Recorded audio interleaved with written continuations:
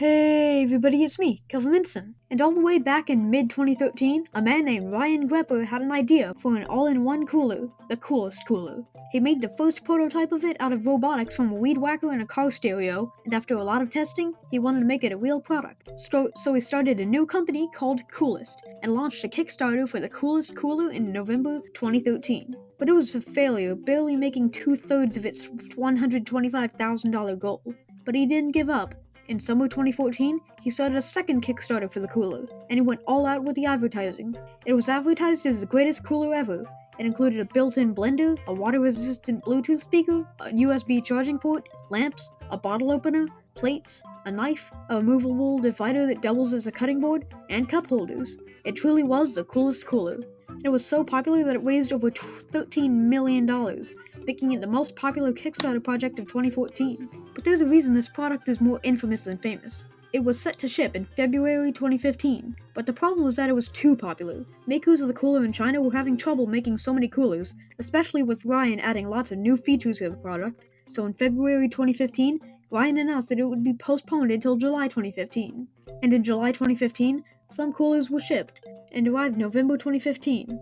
Emphasis on some. I hear that only 10% of backers got the cooler shipped to them. When the backers that didn't get the cooler got angry, the Coolest company said that the rest of the coolers would ship in April 2016. But in a Coolest company's Skype conference in March 2016, Ryan admitted production for the cooler had stopped, and he said he would continue production on it if he could raise, another $15 million. So in April 2016, Grepper added an option on the Kickstarter page to spend $97 more to get your cooler earlier than the other people's. And this option worked. Over 10,000 people spent that $97, and production finally resumed. But in September 2016, after receiving over 300 complaints from backers, the Oregon Department of Justice investigated the Coolest company for violations of the Unlawful Trade Practices Act. And as of February 2017, most backers were still waiting on their coolers. But don't worry, Coolest said they would start shipping up to 50 coolers a week from then on.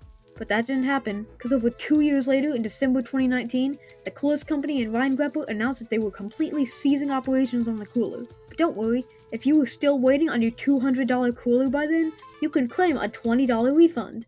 Over 20,000 people spent up to $300 and waited over 5 years to get a $20 refund. This is the worst thing to happen on Kickstarter. It's a textbook example of an internet failure, but this served as a lesson to other Kickstarters and the internet in general. So thankfully, bad, poorly run Kickstarters never, ever, ever, ever, ever, ever, ever happened again.